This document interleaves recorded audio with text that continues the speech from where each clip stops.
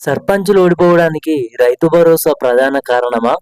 రైతు భరోసా సర్పంచులు ఓడిపోవడానికి కారణాలు గ్రామాలలో ఓటమి పాలైతే తప్పట్లేదన్నమాట. కాంగ్రెస్‌లో చూసుకున్నట్టయితే బీఆర్ఎస్‌తో పోలిస్తే ఏకకాంతం అంటే ఈ పోటాపోటీగా ఉన్నాయన్నమాట చూసుకున్నట్టయితే. ఇప్పటికే మనం అధికార పార్టీ అయినా గూడా బీఆర్ఎస్ అనేది గూడా మనకు దూసుకుపోవడం అనేదైతే ఇప్పటికే ఒకటో విడత ఎన్నికల్లో చూసే ఉంటారు ప్రతి ఒక్కరైతే. రాష్ట్రంలో రెండవ విడత గ్రామ పంచాయతీ ఎన్నికల పోలింగ్ అయితే ప్రారంభమైంది. ఈరోజు ఉదయం 7 గంటల నుండెల్లే ఓటింగ్ అనేది కూడా రెండో విడత గ్రామ పంచాయతీ ఎన్నికల పోలింగ్ అయితే ప్రారంభమైంది. మధ్యాహ్నం 1 గంట వరకు కొనసాగనుంది.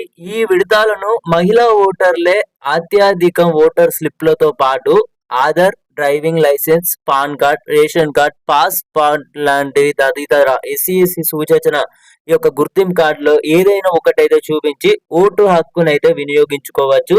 ప్రతి ఒక్కరైతే ఓటు హక్కు అనేదైతే వినియోగించుకోండి.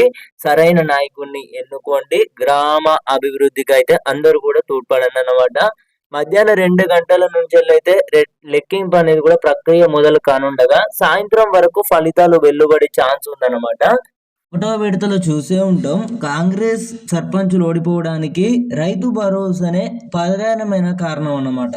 ఎందుకంటే పలువురు రైతులు కానివ్వచ్చు అభిప్రాయాలు కూడా తీసుకొని తెలియజేయడం అనేది జరుగుతుంది. అసలు రైతు భరోసా అనేది టైంకి వేయకపోవడం వల్ల కానివ్వచ్చు, రైతు భరోసా అనేది కొంతమందికి రాకపోవచ్చు కానివ్వచ్చు. అందువల్లనే కాంగ్రెస్ యొక్క అభ్యర్థులు, కాంగ్రెస్ పార్టీ అనే అభ్యర్థులు, కాంగ్రెస్ పోటీ విలేజ్లలో నిలబడిన అభ్యర్థులు అందరూ కూడా చాలా మంది అయితే ఓటమి పాలైతే తప్పలేదన్నమాట. కొన్ని చోట్ల వచ్చేసి కూడా రైతు భరోసా ఇవ్వకపోవడమే ప్రధాన కారణం అంటే అయితే తెలియడం అనేది జరిగింది. పలువురు అభిప్రాయాలు కానివ్వచ్చు, రైతులు కానివ్వచ్చు, ప్రజలు కానివ్వచ్చు.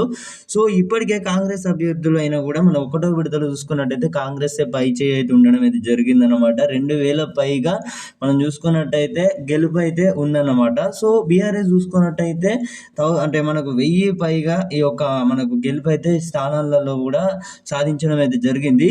సో ఈరోజు మనకు రెండవ విడత ఎన్నికలు అన్నమాట.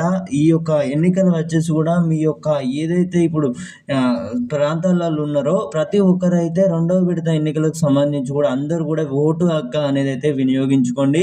సో ఓకే, ప్రతి ఒక్కరైతే రైతు భరోసా కోసం ఎదురు చూస్తూనే ఉంటారన్నమాట.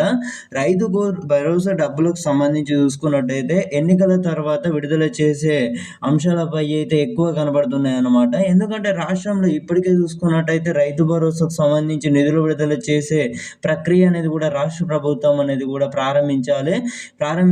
ఎందుకంటే మనం ఇప్పటికే మన పొలాలకు సంబంధించి కానివ్వచ్చు పంట పెట్టుబడి సాయం అనేది అయితే రావడమే జరిగింది.